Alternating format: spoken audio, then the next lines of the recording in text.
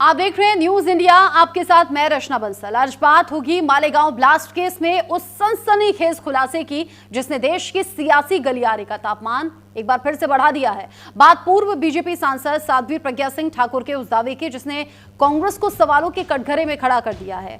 साध्वी प्रज्ञा सिंह ठाकुर ने दावा किया है कि मालेगांव ब्लास्ट केस में उन्हें नरेंद्र मोदी, योगी आदित्यनाथ का नाम लेने के लिए मजबूर किया गया था। नाम नहीं लेने पर बहुत पीटा गया था, प्रताड़ित किया गया था। कई दिन तक उन्होंने वो टॉर्चर झेला। सिर्फ इतना नहीं, संघ के बड़े नेताओं के खिलाफ भी बोलने के लिए दबाव डाला जा रहा था।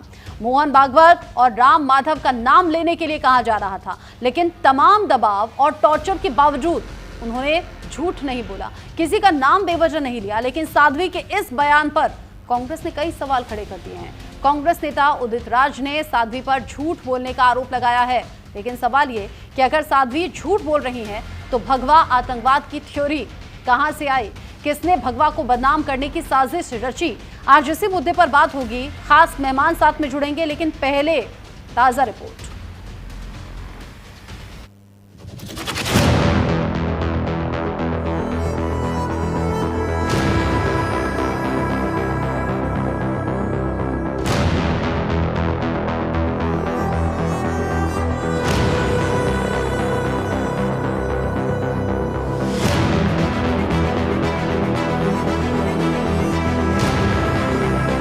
मुझसे बहुत बड़े बड़े लोगों के नाम जबरदस्ती बोलने के लिए कहा उन्होंने। मैंने वो नाम नहीं बोले, उनके अनुसार मैंने काम नहीं किया, इसलिए उन्होंने मुझे प्रताड़ित किया। और उन नामों में विशेष तौर पर माननीय भागवत जी का नाम, राम माधव जी का नाम, हमारे माननीय मोदी जी का नाम, योगी जी का नाम, माननीय इंद्रेश जी का नाम और तमाम वो नेता जो बड़े बड़े नेता हैं उन लोगों के नाम लेने के लिए कहा कि उन्होंने कहा और हमने ऐसा किया। ये बोलो। मालेगांव ब्लास्ट केस में साध्वी प्रज्ञा का ये चौंकाने वाला खुलासा है। पूर्व बीजेपी सांसद का ये दावा हैरान करने वाला है। मालेगांव ब्लास्ट केस में मोदी, योगी, भागवत को फंसाने का दावा बड़ी साजिश की ओर इशारा करता है। लेकिन इस दावे के बाद कई सवाल भी खड़े हैं। सवाल है कि आखिर वो कौन है जो मोदी, योगी को फंसाना चाहता था? आखिर वो कौन है जो भगवा को बदनाम करने की साजिश रच रहा था? वो कौन है जिसके इशारे पर मालेगांव में साजिश का जाल बुना जा रहा था? इसका खुलासा भी बीजेपी की पूर्व सांसद साध्वी प्रज्ञा सिंह ठाकुर ने किया। एटीएस वालों ने एक पूरा भय बना करके रखा था।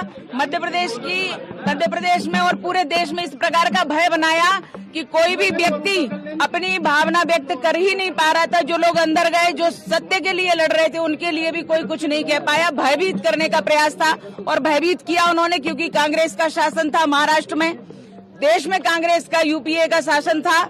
इसलिए उन्होंने पूरी एजेंसियों का, जो सरकारी एजेंसी है, सबका दुरुपयोग किया और उनको भ्रष्ट बनाया। ये पूरे यूपीए सरकार का काम था। साध्वी प्रज्ञा ने सीधे तौर पर कांग्रेस पर सवाल उठाए। मालेगांव ब्लास्ट केस में मोदी, योगी और संघ प्रमुख भागवत समेत बड़े नेताओं के नाम लेने के दबाव के आरोप लगाए। लेकिन साध्वी के इन आरोपों ने सियासी गलियारे का तापमान बढ़ा दिया और सियासी गलियारा तब और तपने लगा जब कांग्रेस के नेताओं ने साध्वी की मंशा पर सवाल खड़े कर दिए। सब सुर्खियों में आने के लिए कह रहे हैं।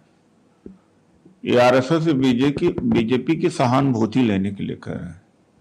चाहे प्रज्ञा ठाकुर हो, ये सब झूठ बोल रहे हैं कि मीडिया की चर्चा में आ जाएंगे और बीजेपी और आरएसएस के करीब आ जाएंगे, क्योंकि ये लोग सब किनारे हैं, टिकट कट गया है, तो अपने प्रोमिनेंस गेन करने के लिए झूठ बोल रहे हैं। एनआईए द्वारा इस सरकार के अधीन महात्मा गांधी की हत्या की भी जांच होती तो मैं आपको पूर्णतः बता सकता हूं, नाथूराम गोडसे से जुड़े सारे बयान पहले जल जाते, गायब हो जाते और फिर सारे बयान जो है वो पलट जाते और नाथूराम गोडसे जो है बाइज्जत बरी हो जाते।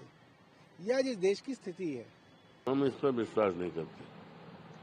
कोर्ट का जो निर्णय हुआ है, देखिए, मैं तो वकील भी रहा हूँ। कोर्ट का जो निर्णय होता है तमाम तथ्यों पर देखा जाता है, एविडेंस, सर्कमस्टांसेस, और तब न्यायालय अपना निर्णय देता है। तो उनको सबको रिहा कर दिया गया है, बरी कर दिया गया है। उस पर किसी प्रकार की मैं टिप्पणी करने से सहमत नहीं हूँ। साध्वी के सनसनीखेज खुलासे को लेकर सियासत जारी है, लेकिन सवाल है कि क्या वाकई 2008 में मोदी, योगी और भागवत के खिलाफ बड़ी साजिश रची गई थी? क्या कांग्रेस बीजेपी के बड़े नेताओं और संघ प्रमुख को मालेगांव ब्लास्ट केस में फंसाना चाहती है? Bureau report, news India. जिस तरीके से कोर्ट की तरफ से यानी कि एनआईए कोर्ट ने 7 आरोपियों को बरी कर दिया, उसके बाद ऐसा नहीं है कि सिर्फ फैसला आ गया और फैसला सुन लिया गया। इस पर राजनीति अलग अलग तरीके से गरमा रही है और इसमें ट्विस्ट तब आ गया जब पूर्व एटीएस अधिकारी महबूब मुजव्वर ने यह कहा कि उन पर प्रेशर डाला गया था। मोहन भागवत की गिरफ्तारी के इंस्ट्रक्शंस थे। वहां प्रज्ञा सिंह ठाकुर कह रहे हैं कि मुझे तो यातनाएं दी गई थी और अब उन्होंने खुलासा किया है कि उस टाइम पर यह कहा गया था कि इस ब्लास्ट के पीछे मोदी और योगी का नाम लो, जो कि उन्होंने झूठ नहीं बोला और इसी के चलते उन्हें लंबे टाइम तक टॉर्चर झेलना पड़ा, सहना पड़ा, उन्हें बुरी तरह से पीटा भी गया। अब तो जो पुराने इंटरव्यूज हैं प्रज्ञा सिंह ठाकुर के, वो अब सामने आ रहे हैं। उनके अलग अलग क्लिप्स हैं जो कि वायरल हो रहे हैं और इन सब के बीच में जो पूर्व एटीएस अधिकारी हैं महबूब मुजव्वर, उनकी बातों ने भी ऐसा लग रहा है कि आग में घी डालने का काम किया है। अब सवाल यह कि मालेगांव ब्लास्ट के पीछे आखिर कौन था, कौन इसके पीछे जिम्मेदार था, क्योंकि 7 आरोपी बरी कर दिए गए हैं।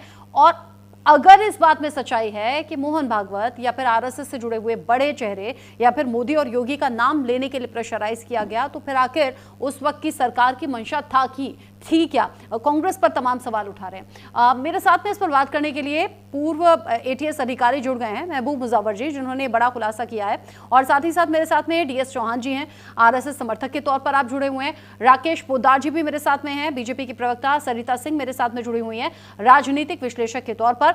आप सभी का बहुत स्वागत। लेकिन सबसे पहले महबूब मुजव्वर जी, मैं आप ही से सवाल करना चाहूंगी। कोर्ट की तरफ से फैसला सामने आ गया और उसके बाद जो आपका बयान है, ऐसा लग रहा है कि सियासी गलियारों में तूफान सा ला दिया है। मैं सीधा सवाल ये करना चाहूंगी कि क्या इससे पहले आपने कोशिश की थी कि आप ऐसा कोई खुलासा करें, या फिर बताएं कि उस टाइम आपने क्या झेला? 15 साल पहले मैं कोर्ट में खुलासा किया था। जो आज जो बयान दिए हमने, वही खुलासा हमने 15 साल पहले शोलापुर के कोर्ट में दिया हुआ है, ऑन रिकॉर्ड है। जो है ये जो अभी कल जो केस छूट गई, उसका तपास मैंने नहीं किया है।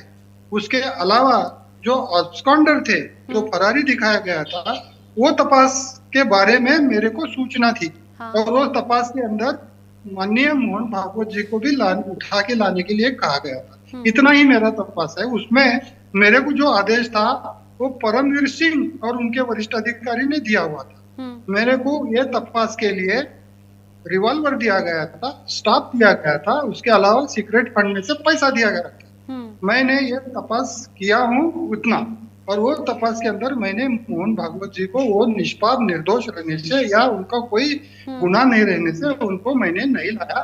मेरा अंतरात्मा गवाह नहीं दिया। जब आपको ये इंस्ट्रक्शंस दिए गए महबूब जी, जब आपको ये बोला गया कि मोहन भागवत की गिरफ्तारी करनी है, आपने पूछा नहीं कि ऐसा क्यों करना है? तो ये तो उठा के लाने कहा गया था। अच्छा। ऐसा अटक करके लाने के लिए नहीं कहा गया था, उठा के ला के फिर बाद में तपास कर रहे थे। इलीगल कस्टडी के लिए उठा के लाने के लिए कहा गया था, वो मैंने नहीं किया। फिर आपके साथ क्या हुआ? उसके बाद में मैं जब ये सब हो गया तो मैंने इसको नकार दिया। तो मेरे को एक झूठे केस में मेरे को फंसा के मेरे को जेल में डाला गया। फिर मैंने मेरे पास जो डॉक्यूमेंट थे, जो भी एविडेंस था, वो मैंने कोर्ट में पेश किया और मैं निर्दोष छूट गया। ये 10-15 साल पहले की कहानी है। हाँ। और ये डॉक्यूमेंट जो कोर्ट में डॉक्यूमेंट मैंने पेश किया था, वही डॉक्यूमेंट एनआरआई के इस कोर्ट में गए और उसके बारे में उसका भी विचार हो गए। और तब जाके ये बात बाहर आई कि मोहन भागवत जी को भी इसमें इन्वॉल्व करने की कोशिश हो गई। ये पहले हो गया था। मेरे तरफ से जो भी खुलासा था वो 15 साल पहले ही किया हूँ। हाँ। आज का नहीं है ये। आप कह रहे हैं 15 साल पहले भी आपने कोर्ट में बात रखी थी और जो पर आरोप लगे या फिर आपके खिलाफ जो केस चले, इसीलिए आप अपनी बात साबित करने में कामयाब हो पाए और इसीलिए आपको बाइज्जत बरी किया गया। अब मैं पूछूंगी कि मोहन भागवत ही क्यों उन्हें उठाकर लाने के लिए कहा गया था? आपको रीजन समझ में आया कुछ? तभी समझ में आया था। ये भगवा आतंकवाद वगैरह वगैरह जो चल रहा था हमारे से रिलेटेड नहीं है, मगर हमारे को समझ में आया था ये आतंकवाद के इसके अंदर ये इन्वॉल्वमेंट है और इन्वॉल्वमेंट करने वाले हैं। तो मैंने वो नकार दिया, वो नहीं किया। अच्छा, प्रज्ञा सिंह ठाकुर कहती हैं कि बड़ी यातनाएं दी गई थी, क्योंकि आपने जो खुलासा किया है ना, उसके बाद उनका भी ये कहना है कि मुझे प्रेशराइज किया गया था योगी और मोदी का नाम लेने के लिए, लेकिन उन्होंने लिया नहीं, तो उन्हें टॉर्चर किया गया, पीटा गया। ये सब कुछ क्यों हो रहा था? क्या कुछ राजनीतिक पार्टियां अपने फायदे के लिए सब कुछ करना चाह रही थी? मैंने ये तपास नहीं किया है। प्रज्ञा ठाकुर या और जो आरोपी थे उनका मेरा आमना सामना नहीं हुआ, ना वो मुझे जानते हैं ना मैं उनको जानता हूँ, और वो तपास से मेरा कोई संबंध नहीं है। वो जो निर्दोष छूट गए उसके बारे में मेरे को कुछ भी, उसका इन्वेस्टिगेशन क्या था, उनको क्या तकलीफ दी, ये मेरा कोई संबंध नहीं है। मेरे को जो आदेश दिया गया था वो संदीप डांगे, रामजी कल संग्राम, दिलीप पाटीदार और मोहन भागवत जी, हाँ। इनके संदर्भ में मेरे को जो आदेश था उतने बारे में मेरे को मालूम है। बाकी का जो है वो क्या इन्वेस्टिगेशन हुआ, क्या था क्या नहीं था, इसमें मैं नहीं झांका, मैं देखा भी नहीं, मेरा उनका संबंध नहीं है। वो उनका वो निर्दोष छूट गए वो उनको ज मालूम, और जो तपास करे थे उनको मालूम, इसके बारे में मैं कुछ नहीं बता सकता। मोहन भागवत के अलावा जो नाम आपने लिए, उनके खिलाफ फिर कोई एक्शन लिया क्या आपने, या फिर सिरे से नकार दिया कि नहीं, इस तरह से मैनिपुलेटेड तरीके से मैं एक्शन नहीं लूंगा? मेरे को अच्छा मालूम है ना, मैं फिजिकल तपास किया हूँ। हाँ। जो मोहन भागवत के अलावा मुझे जो काम दिए थे उनको मार दिया गया था, कस्टडी में ही इलीगल लाए थे, उनको मार दिया गया था। और उसमें जब ये बाद में उनको मारने के बाद में भी मेरा वापर करने के लिए उन्होंने उनके गांव को, उनके घर को, जहां जहां जाना है वहां वहां मेरे को भेज के वो जिंदा ऐसा दिखाने की कोशिश कर रहे थे। ये सब बेकायदेशीर था। और मैं जब ये अभी मेरे को छोड़ दो यहाँ से बोले तो मेरे को गुनाह दाखिल करके अरेस्ट किया गया। मैं 20 दिन तक जेल में था। मेरे अलावा मेरे साथ में जो काम करने वाले जो प्राइवेट पर्सन थे, उत्तम नवघरे, फिर उसके बाद में साला वाजिद, फिर फैजू, ऐसे लोगों को भी अरेस्ट किया था। सब जन छूटे, बरी हो गए इसमें से। आपको अब डर नहीं लग रहा? आज की बात नहीं है, 10-15 साल पहले की बात है। क्योंकि उस वक्त की सरकार पर सवाल उठ रहे हैं, कांग्रेस पर अब सवाल उठ रहे हैं। आपको डर नहीं लग रहा कि आप आज ये बोल रहे हैं, कोई खतरा हो सकता है? मैं कांग्रेस या भाजपा के फेवर में या कांग्रेस के विरुद्ध में नहीं बात कर रहा हूँ। मैं पुलिस अधिकारी था, मैं पुलिस की बात कर रहा हूँ। मेरे पे जो गुजरी उसके बारे में बात कर रहा हूँ। हाँ। राजकारण से मेरा कोई देला नहीं। ठीक है। और मैं ना इसके अंदर मैंने कभी बीजेपी से मदद मांगी है, ना कांग्रेस के खिलाफ मैंने कोई आवाज उठाई है। मेरे को उससे कोई लेना देना नहीं। मेरे पे जुल्म हुआ, हाँ। वो पुलिस जो अधिकारी थे जो मेरे पर झूठे केसेस करे, उसमें जो परमवीर सिंह के आदेश से मैंने काम किया था, उन्होंने मेरे को सपोर्ट भी नहीं किया और झूठे केस में फंसाने से मैं ये आवाज उठा रहा हूँ। और वो आवाज पहले ही उठाया, आज नहीं है। आज की बात नहीं है, आफ्टर थॉट नहीं है इसके अंदर। आप कह रहे हैं कि किसी पार्टी के खिलाफ या फिर उसके फेवर में आप नहीं बोल रहे हैं। आप कह रहे हैं कि जो आपके साथ गलत हुआ उसके खिलाफ आप आवाज उठा रहे हैं, और अब थोड़ा स्ट्रेंथ भी मिल जाती है क्योंकि अब कोर्ट का फैसला सामने आ चुका है। अब वो जो 7 आरोपी थे वो बरी हो गए हैं, और आपको लग रहा है कि जो आपके साथ गलत हुआ वो भी लोगों तक पहुंचे और लोग जान सकें। आप रहिए मेरे साथ में, महबूब मुजावर जी आप रहिएगा, DS चौहान जी हैं, राकेश पोदार जी हैं, और सरिता सिंह जी भी मेरे साथ में जुड़ी हुई हैं। तो एक एक करके आप उनका रुख कर लेते हैं। DS चौहान जी, अगर उस वक्त की सरकार इंटेंशनली भागवत की या फिर बाकी लोगों की गिरफ्तारी, यानी कि उन्हें इलीगल तरीके से उठवाना चाहती थी, तो आपको मंशा इसके पीछे क्या समझ में आ रही है? क्योंकि अब तो प्रज्ञा सिंह ठाकुर भी ये कह रही हैं कि मोदी और योगी का नाम लेने के लिए कहा गया था। नहीं, इस पूरे प्रकरण का डायमेंशन बहुत बड़ा है। यदि RSS के चीफ को निर्दोष व्यक्ति को पकड़ने का आदेश दिया था तो परमवीर सिंह या तो बहुत बड़े साथी थे और उनके जीवन के बहुत सारे अंग सबको पता भी है। अर्णब को पकड़ा गया तभी भी पता लगा कि वो इसी प्रकार का रचना रचते थे, और कोरोना काल में जो मृत्यु हुई थी किसी जो हीरो की, जो राजपूत था, कौन था उसकी, उसमें भी उनका रोल इसी प्रकार का था। इसलिए लगता है कि कांग्रेस के शासन में 2009 का जो इलेक्शन था, एन केन प्रकार ने उसको जीतना, जो दोषी थे उनकी तरफ से ध्यान बटा करके जो निर्दोष व्यक्ति थे उनको बंद करके एक आवाज पूरे देश में, केवल ये तुष्टीकरण का जो अपीजमेंट का उनका जो दृष्टिकोण था, यदि पाकिस्तान खुश होगा तो यहाँ के लोग हमें वोट देंगे, जो उनसे मतलब इमोशनली जुड़े हुए हैं। अब ये बड़ी समझ में नहीं आता है कि कांग्रेस के दिमाग में ये क्यों आता है, आपातकाल जैसी चीजें या इस प्रकार के निर्दोष व्यक्तियों को पकड़ करके झूठे मामलों में पकड़ना और फिर सत्ता में आना, ये कौन सा इससे उद्देश्य पूरा होता है, ये समझ में नहीं आता। ठीक है, आप कह रहे हैं कांग्रेस की मंशा पर कई सवाल उठ रहे हैं। राकेश पोद्दार जी, हालांकि हम कोशिश कर रहे थे कि कांग्रेस की तरफ से भी कोई नेता या प्रवक्ता हमारे साथ में जुड़ते, लेकिन क्या समझ में आता है 17 साल पहले जो हुआ उसको लेकर आज फिर से सवाल उठ रहे हैं, और वो इसलिए उठ रहे हैं क्योंकि कुछ लोगों ने खुलकर बात की है, अपनी बातों को रखा है। अभी जैसे महबूब मुजावर जी कह रहे हैं 15 साल पहले भी मैं बात कर चुका था, अब जब फैसला आ गया तो वो कह रहे हैं, बता रहे हैं कि कितना गलत हुआ था और कैसे इलीगल तरीके से उठवाने की साजिश थी। देखिए, किसी को सिर्फ शक के आधार पर दोषी ठहराना, कौन सी सरकार थी, कौन सी कांग्रेस की सरकार थी। साध्वी प्रज्ञा जैसे लोग, जो साध्वी थी, उनको भी भगवा आतंकवादी बनाने का काम किया। उन्होंने कहा, हमारे वरिष्ठ लोगों ने कहा कि पाकिस्तान को खुश करना था, एक नेगेटिव देश के अंदर सेट करना था, इन लोगों को तुष्टीकरण की राजनीति करनी थी, इसीलिए भगवा आतंकवादी इनको दिखता था। आपने देखा आज साध्वी प्रज्ञा ने कहा कि किस प्रकार देश के प्रधानमंत्री नरेंद्र मोदी जी जब मुख्यमंत्री थे उनको फंसाने की बात आई, योगी आदित्यनाथ की फंसाने की बात आई, उसके बाद मोहन भागवत जी की फंसाने की बात आई।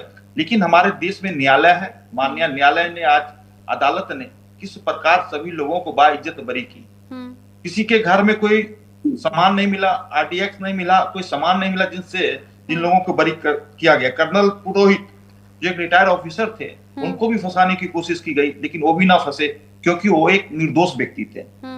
13 दिन हिरासत में साध्वी प्रज्ञा को रखा। किस तरह एक महिला को पुरुष के द्वारा पीटा गया और उसके साथ क्या क्या अन्याय हुआ।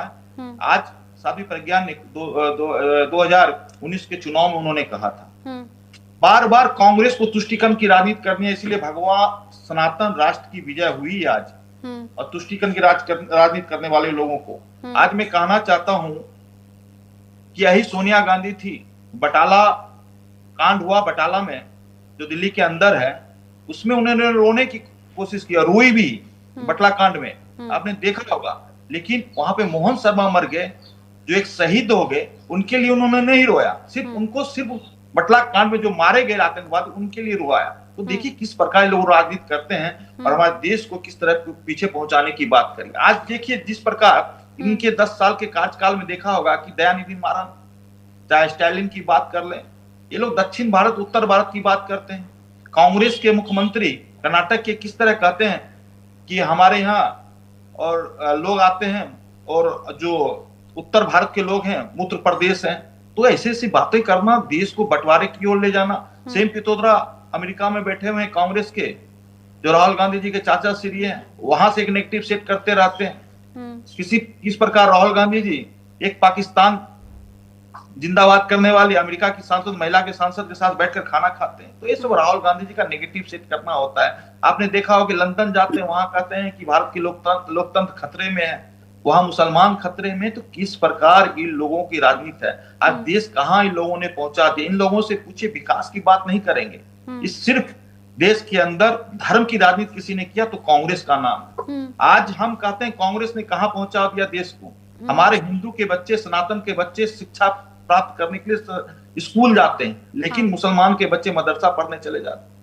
उस समय में जब देश की आजादी, कांग्रेस से जब इस बात पर बात होती है तो कांग्रेस अलग तरीके से, अलग एंगल से इस मामले को लेती है और कहती है कि सिर्फ बदनाम करने के लिए और बेवजह मामले को घुमाने के लिए ऐसा किया जा रहा है। मेरे साथ में सरिता सिंह जी भी हैं, उनसे भी पूछ लेती हूँ, क्योंकि अभी तक हम पूछ रहे थे महबूब मुजावर जी ने 17 साल तक चुप्पी क्यों रखी। उन्होंने कहा 15 साल पहले भी मैंने तो ये मसला उठाया था, मुझ पर जो आरोप लगे थे, फिर मैं कोर्ट से बाइज्जत बरी हुआ था, ये उनका पार्ट रहा। लेकिन साध्वी प्रज्ञा जो इतनी वोकल हैं, इतना खुलकर बात करती हैं, वो आज क्यों कह रही हैं कि मोदी और योगी का नाम लेने के लिए प्रेशराइज किया गया, प्रताड़ित किया गया? वो पहले भी बोल सकती थी। जी, मैं वही कहना चाहती हूँ कि देखिए, आज साध्वी प्रज्ञा जी चाहे जो भी बोल ले, लेकिन उसका अभी कोई मतलब नहीं है। आज वो बरी, हेलो, आवाज आ रही है आपको? आवाज आ रही है, बोलिए। हाँ, आज वो बरी हो गई हैं तो बहुत सारी बातें कर रही हैं, और ये सब बात करने का जो है अभी कोई फायदा नहीं है। जब उनको वहां पे सताया जा रहा था तो उस टाइम उन्होंने क्यों नहीं नाम लिया कि उनको कौन कौन प्रेशराइज कर रहा है, और उनको बताना चाहिए था, उस टाइम कार्रवाई होती। आज जब वो सही सलामत बरी होके आ गई है तो अब वो आरोप लगा रही है। तो देखिए, इसमें सीधा सीधा जो दिख रहा है कि वो बीजेपी और आरएसएस में अपना जगह बनाना चाहती है, इसके वजह से अभी वो सारे नाम ले रही है। लेकिन अब क्या जगह बनाएंगी? वो तो अच्छी खासी जगह बनाए हुए हैं, वो तो चुनाव भी जीती हैं, मतलब अब क्या जगह बनाएंगी? लेकिन अभी उनको फिर से इसमें आना है ना, फिर से उनको टिकट चाहिए। आज उनके इसी व्यवहार के वजह से तो बीजेपी ने उनको अलग रखा है और उनको टिकट नहीं दिया है, सांसद नहीं बनी है। तो अभी उनको फिर से उसमें जगह बनाना है, इसीलिए अभी वो इस तरीके की बातें कर रही है। अच्छा। नहीं तो ये पहले क्यों नहीं बोली? पहले बोलना चाहिए था। और रही बात ब्लास्ट में, तो ब्लास्ट में तो अभी भी ये केस आप देखेंगे तो पेंडिंग ही है। भले वो लोग बरी हो गए हैं, कांग्रेस पे इल्जाम लगा रहा है, लेकिन अब देखेंगे तो कहीं भी कांग्रेस दोषी है या नहीं है इसका सबूत भी तो नहीं है इनके पास ना, कि दोषी कौन है। भले कांग्रेस पे सीधा सीधा उंगली उठाया जा रहा है, लेकिन यहाँ तो सबूतों की बात होती है कि कांग्रेस ने ही किया है। हाँ। इसका क्या सबूत है उनके पास? लेकिन ये हुआ तो है ना, ब्लास्ट हुआ तो है। जब हुआ था तो सबूत नहीं मिलने के बावजूद थोड़ी इन लोगों को गिरफ्तार किया था, कहीं ना कहीं कोई सबूत तो मिला ही होगा ना जब इनको गिरफ्तार किया गया था। ठीक है, अभी 17 साल बाद इनको बरी, लेकिन आप देखेंगे तो केस अभी भी वही का वही है, और इस पे जो है जांच होने की जरूरत है, ताकि जो लोग मरे हैं उनको तो कम से कम इनमें बात तो सही है। मतलब 7 आरोपी जो हैं वो बरी हो गए, फिर अब सवाल ये कि ब्लास्ट किया किसने था? क्या ब्लास्ट करने वाला फरार हो गया? क्या वो अभी भी आजाद घूम रहा है, या फिर क्या इसके पीछे की स्टोरी है? वो अभी भी अनसुलझी सी है। लेकिन महबूब मुजव्वर जी, चूंकि आपने कहा कि आपको प्रेशराइज किया गया, आपको ऑर्डर्स दिए गए, ऑर्डर फॉलो ना करने पर आपको टॉर्चर किया गया, और फिर एक कानूनी लंबी लड़ाई आपने भी अपनी लड़ी है। लेकिन आपने कहा 15 साल पहले आपने इस बात का जिक्र किया था। अब अगर साध्वी प्रज्ञा ये कह रही हैं कि योगी और मोदी का नाम लेने के लिए कहा गया, तो आपको लग रहा है इसमें कोई सच्चाई हो सकती है?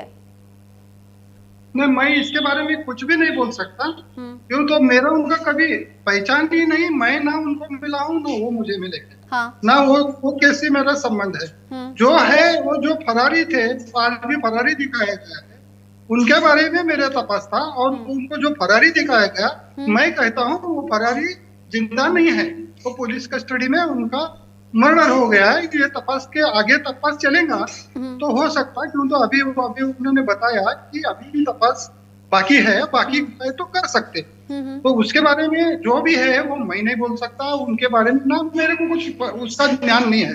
मेरे को एक स्पेशल टास्क दिया गया था और वो भयानक था, झूठा था, उसमें कुछ बातें और कुछ बातें ऐसे थे।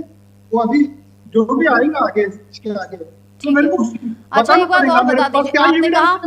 आपने कहा साध्वी प्रज्ञा क्या कह रही है उस पर आप टिप्पणी नहीं करना चाहते, आप उनसे, आपका उनसे ऐसा कोई बातचीत या फिर ऐसा कोई कनेक्शन है नहीं। अब मुझे ये बताइए, आप चूंकि एटीएस में रहे हैं, बड़ी जिम्मेदारी एटीएस पर होती है, केसेस को सुलझाने की, इन्वेस्टिगेशन करने की, पॉलिटिकल पार्टीज का और खास तौर पर जो मौजूदा सरकार होती है, कितना से रहता है इस तरह के ऑफिसर्स की जांच में?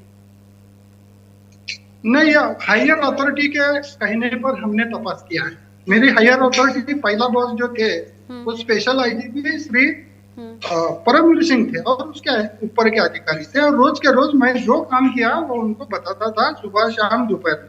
और उसके लिए मैं नागपुर गया हूँ, इंदौर गया हूँ, भोपाल गया हूँ, अजमेर, कर्नाटका, गोकाक, ये जगह पे तपास किया। मैं जो किया उसके बारे में मैं बोल सकता हूँ। जो मैंने नहीं किया उसके अंदर मैं ओपिनियन देना, ये मेरे को नहीं, अच्छा नहीं है। अच्छा, आप साध्वी प्रज्ञा के बारे में मत बोलिए, लेकिन मैं पूछ रही हूँ, आपको आपके सीनियर की तरफ से इंस्ट्रक्शंस मिले, अब ये खुलासे हो रहे हैं कि उनको इंस्ट्रक्शंस देने वाली उस वक्त की मौजूदा सरकार थी, यानी कि उस वक्त की तत्कालीन सरकार थी। कांग्रेस का नाम बार बार सामने आ रहा है, तो क्या ऐसा होता है क्या? मतलब हिरार्की ये कहती है क्या कि जो मौजूदा सत्ताधारी दल होते हैं वो हायर अथॉरिटी को, ऑफिसर्स को इंस्ट्रक्शंस देते हैं, फिर वो नीचे जाते रहते हैं ऑर्डर, जैसे आप तक पहुंचा हो? मेरे तक तो आया है, और तब उस वक्त पेपर में इधर उधर ये चल रहा था कि ये भगवा आतंकवाद है वगैरह वगैरह। तो जो जिसके स्टेटमेंट है ऑन रिकॉर्ड है, उसके बारे में मैं, वो बड़े बड़े लोग हैं, मैं कैसे उसके बारे में पता सकता। अच्छा, वैसे आप चूंकि परमवीर सिंह का जिक्र कर रहे हैं, बाकी केसेस में या फिर बाकी मौकों पर क्या इस तरह के कभी इंस्ट्रक्शंस होते थे कि इलीगली किसी को उठा लो, या फिर सिर्फ मालेगांव ब्लास्ट मामले में हुआ? खाली मेरे को मालेगांव बम ब्लास्ट के संदर्भ में काम दिया गया था। उसके अलावा मैं ये काम, दूसरे काम जो थे मेरे, वो पुलिस स्टेशन चलाता था। मैं 35 साल पुलिस स्टेशन इंचार्ज था अलग अलग जगह पे। तो ये मौका आया था तो यही था, तो बहुत अलग था, ये घातक था, वो नहीं किया। ऑफिसर्स को काम करने की आजादी होती है क्या, ये बताइए। देखो अलग अलग टीम थे, हर काम के लिए अलग अलग टीम बनाई गई।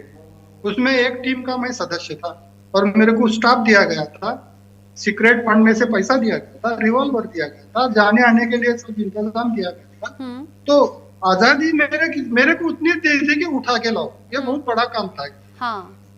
मोहन भागवत जी को उठा के लाओ, फिर जो इलीगल कस्टडी में जो लोग थे उनके साथ वो कुछ भी हो सकता था, और ये गलत था, मैंने नहीं किया। ठीक है, आप कह रहे हैं आपका जमीर गवारा नहीं कर रहा था, आपने वो इंस्ट्रक्शंस फॉलो नहीं किए, जिसका खामियाजा भुगतना पड़ा, आपको जेल में भी रहना पड़ा, आपको कानूनी लड़ाई लड़नी पड़ी। और आपने 15 साल पहले भी इस बात का जिक्र किया था, क्योंकि आज आपका ये जो बयान चर्चाओं में है तो लोग ये भी पूछते हुए नजर आए थे कि भाई महबूब मुजावर जी ने पहले ये बातें क्यों नहीं बोली। तो आपने ये भी क्लैरिफाई कर दिया कि 15 साल पहले आप ये सब बातें कोर्ट में बोल चुके हैं। अब इस पूरे मामले को लेकर एक तो आपका बयान है जो हलचल को बढ़ा रहा है कि आपको भागवत जैसी शख्सियत को इलीगली उठाने और गिरफ्तार करने के इंस्ट्रक्शन थे। उधर साध्वी प्रज्ञा कह रही हैं कि मोदी और योगी का नाम लेने के लिए प्रेशराइज किया गया था। साध्वी प्रज्ञा कह रही हैं कि भगवा आतंकवाद के नाम पर ये हिंदुओं को बदनाम करने की साजिश थी। एक बार सुन लेते हैं।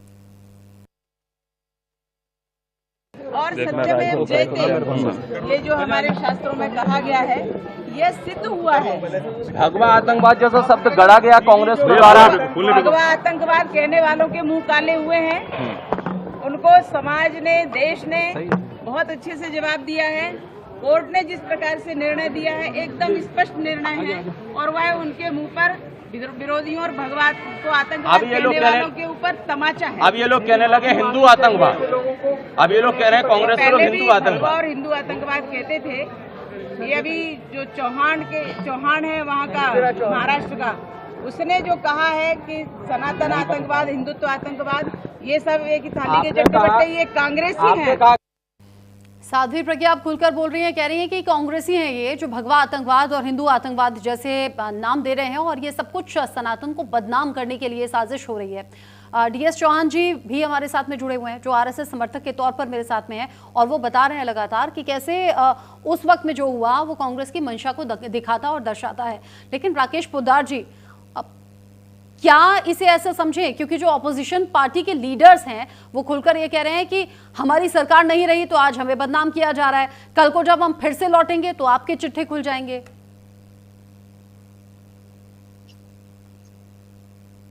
अनम्यूट कीजिए खुद को। जब सरिता जी बोल रही थी, लेकिन हमारे महबूब मुजावर साहब ने बोला, लेकिन उनकी बातों पे उनका विश्वास नहीं हुआ, जो एटीएस के एक अधिकारी थे। 2009 में गृह मंत्री पी चिदम्बरम साहब ने स्पष्ट रूप से कहा कि सेफरन टेरर यानी भगवा आतंकवाद का शब्द का उपयोग किया। उसके बाद अदालत ने माना, एटीएस की जांच की दबाव डाला गया। किसने कहा? जज साहब AK लोथरी साहब ने, जज साहब ने कहा 1000 पेज जब उनके पास पेश किया गया, उन्होंने कहा कि सख्त और वैध साबित नहीं हो सकता है। कर्नल पुरोहित ने भी कहा कि कांग्रेस पर आरोप लगाया है, आज नहीं, उसी समय 2009 और 10 में उन्होंने लगाने का काम किया। अदालत ने भी माना कि एटीएस की जांच की दबाव डाला गया।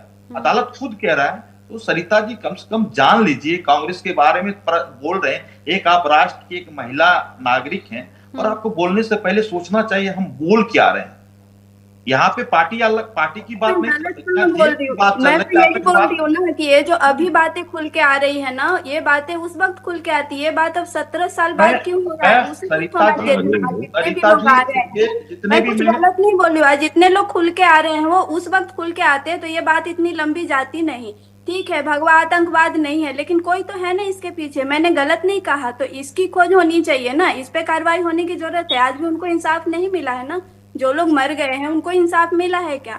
आज आप दोनों पार्टी का नाम लीजिए या दोनों पार्टी आपस में लड़िए, इसके बाद एक इंसानियत नाम की भी चीज होती है ना।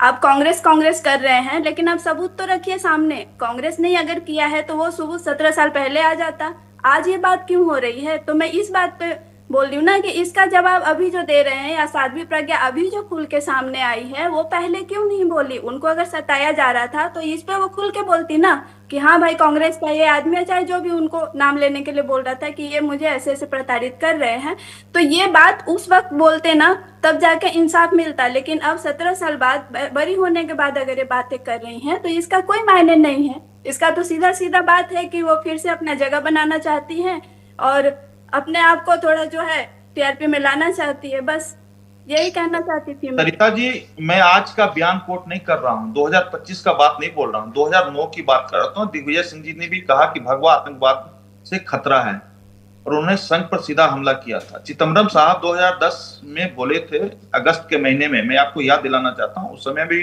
भगवा आतंकवाद एक उभरता हुआ खतरा है।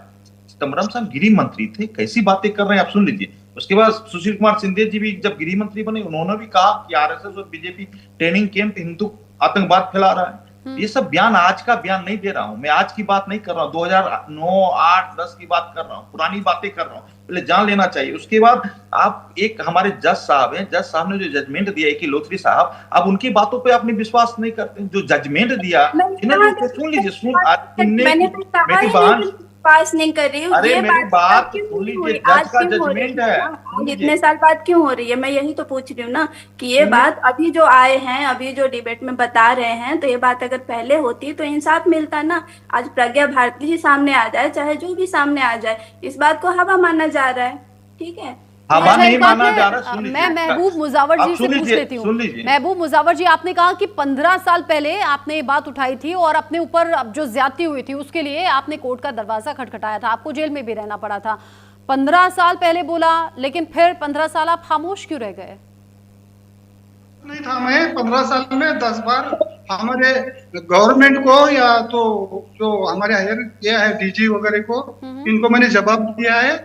कई डॉक्यूमेंट ऐसे थे, वो मैंने प्रोड्यूस किया है, बार बार किया है। मैं मीडिया में नहीं आया, ये 15 साल के बाद मीडिया आई, पर उसके पहले मेरे जो कायदेशीर था, मेरा जो हक था, वो बार बार मैंने प्रोड्यूस किया है। जहां वहां पे न्याय मांगा है मैंने, और रिकॉर्ड पे है। हाँ। अभी 15 साल के बाद अभी मीडिया आया, मीडिया में मैं नहीं आ सकता।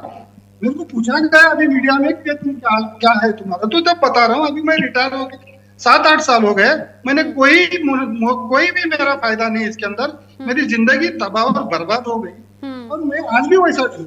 मैं कोई मुआवजा नहीं मांगा, मैंने कोई नौकरी नहीं मांगी। हाँ। मैंने कोई सस्पेंशन निकालो बोला नहीं। 17 साल बहुत लंबा टाइम होता है, 17 साल बहुत लंबा टाइम होता है। और आप बता रहे हैं आपको जॉब में रहते हुए प्रेशराइज किया गया। डीएस चौहान जी भी जुड़ गए हैं मेरे साथ में। अभी थोड़ी देर पहले हमने साध्वी प्रज्ञा को सुनाया था, वो कैसे कांग्रेस पर निशाना साध रही थी, कैसे कह रही थी कि भगवा आतंकवाद यानी कि सनातन को बदनाम करने की साजिश थी, मोदी योगी का नाम लेने के लिए प्रेशराइज किया गया। साध्वी प्रज्ञा के इस खुलासे के बाद में अब बीजेपी आक्रामक हो गई है, कांग्रेस से सवाल पूछ रही है। तरुण चुग के सुनिए। कांग्रेस ने सत्ता की लिप्सा में हिंदू आतंकवाद का झूठ फैलाकर करोड़ों सनातनियों, भारतीयों की आस्था को कलंकित किया है।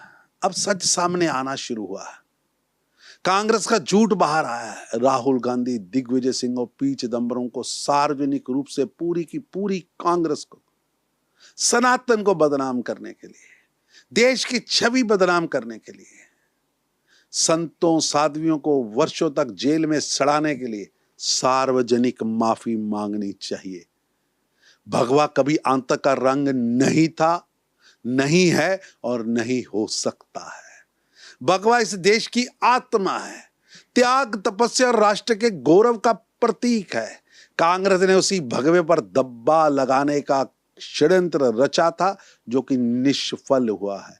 मालेगांव केस में एटीएस की भूमिका, फर्जी साक्ष्यों को लाना और यातनाओं का, अमानवीय यातनाओं का खुलासा, ये बताता है कि सिर्फ वोट बैंक के लिए सुरक्षा एजेंसियों को हथियारों की तरह इस्तेमाल किया गया और वरिष्ठ राष्ट्रवादी नेताओं को फंसाने, उलझाने और बदनाम करने का षड्यंत्र रचा गया था, जो कि स्पष्ट।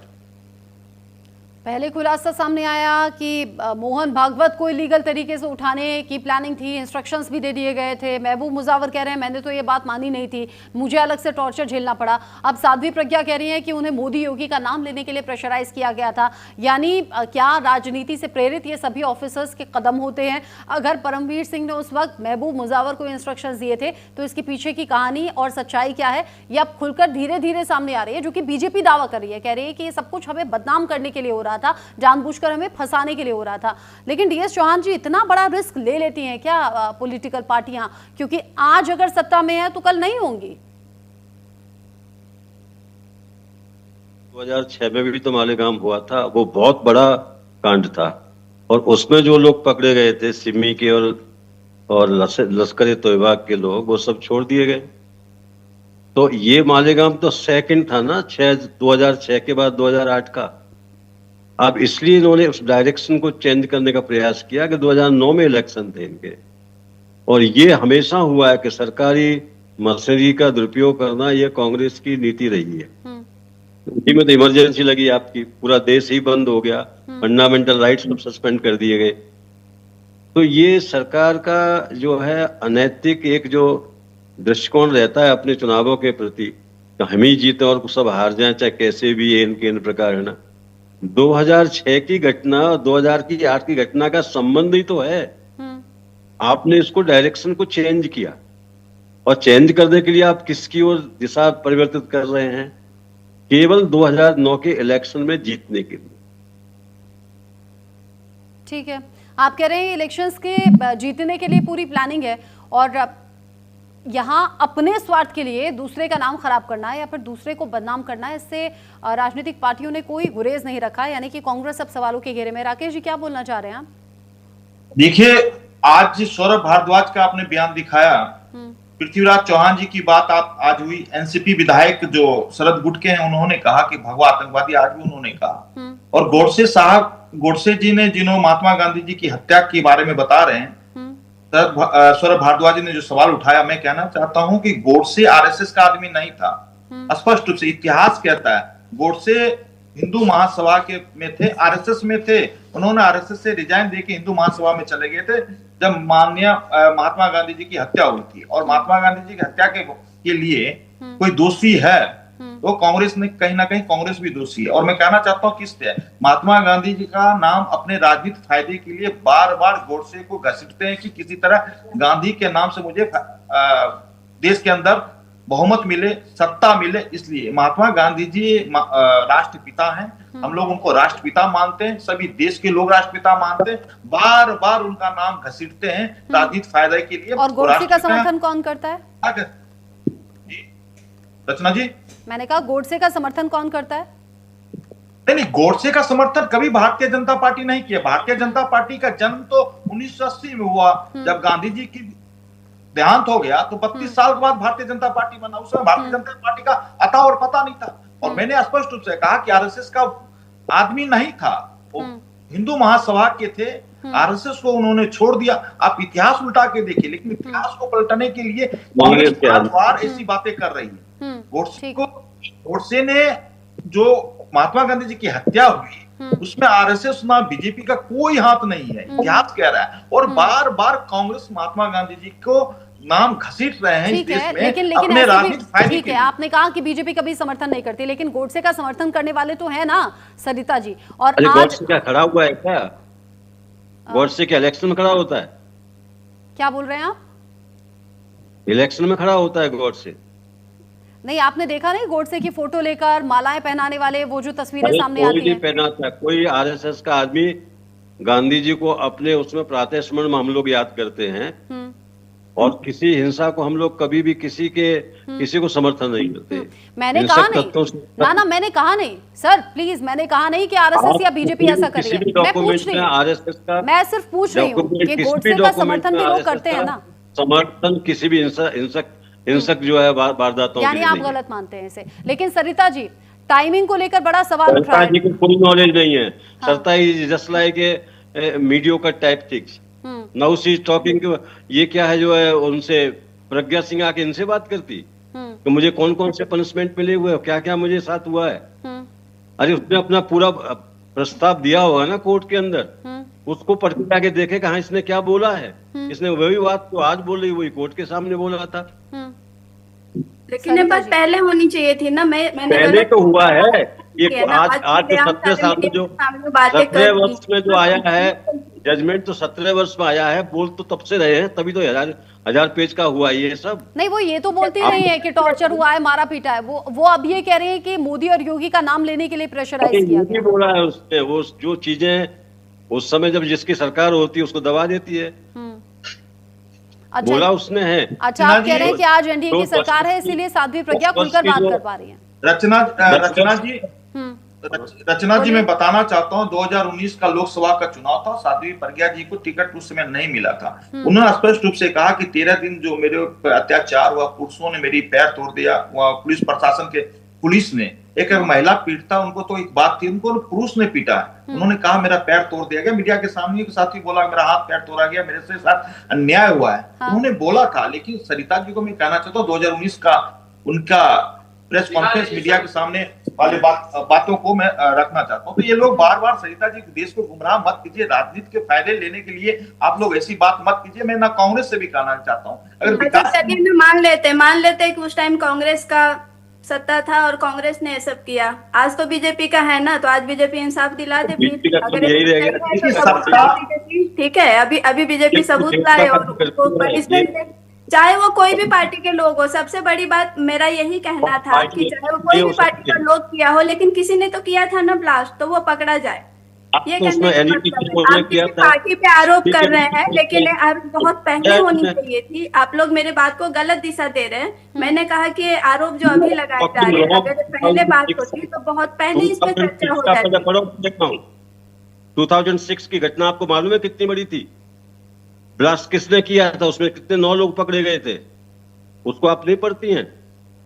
उनको क्यों छोड़ दिया गया? तो इसमें कहीं ना कहीं पुलिस प्रशासन कमजोर पड़ रही है ना, क्यों छोड़ी गई? अगर जितने लोग कैसे, लेकिन किया गया, जिस मालेगांव ब्लास्ट में 7 आरोपी बरी हुए हैं, 17 साल पहले जो घटना हुई, मतलब उसमें जो दोषी थे, उसमें जो वाकई जिन्होंने बॉम्ब ब्लास्ट किया वो कहाँ है, ये भी तो नहीं मालूम ना। मतलब ये भी एक सवाल बना हुआ है। वो जो 6 जाने गई, वो जो 100 से ज्यादा जख्मी हुए लोग, उनके जो दोषी हैं वो कहाँ हैं, फिर ये भी सवाल उठ रहा है। वही दोषी थे जो मालेगांव प्रथम के थे, वही मालेगांव द्वितीय के थे, उन्हीं का गैंग था ये सब। ठीक है, सरिता जी कुछ कहेंगी? सरिता जी को कुछ पता नहीं है, केवल जो है बचपना कर रही है, ऐसे पढ़ती लिखती तो है नहीं लगता है। मैं बचपना नहीं कर रही हूँ, शायद आप लोगों को मेरी बातें चुभ रही है।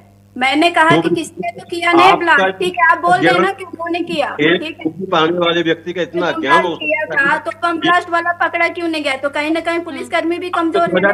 पढ़ना है कि नहीं है पढ़ा है? काम करिए, आपके कहने का मतलब मैं काम कर लेती हूँ ना। महबूब मुजावर जी से पूछ लेती हूँ ना, तो अब देखते हैं भाजपा की सरकार क्या करती है। एटीएस अधिकारी के तौर पर उन्होंने इन्वेस्टिगेशन की, अपने सामने चीजें देखी। महबूब मुजावर जी, जब आपको प्रेशराइज नहीं किया गया था, मतलब जब इंस्ट्रक्शंस नहीं थे कि भागवत को इलीगली उठा लो, उससे पहले जांच में क्या सामने आया था? क्या किसी को इस पूरे मामले से आउट करने की कोशिश थी, यानी कि जिसका दोष था उसे बाहर से बाहर ही रफा दफा कर दिया गया? क्या ऐसा कुछ भी आपके इन्वेस्टिगेशन में सामने आया क्या?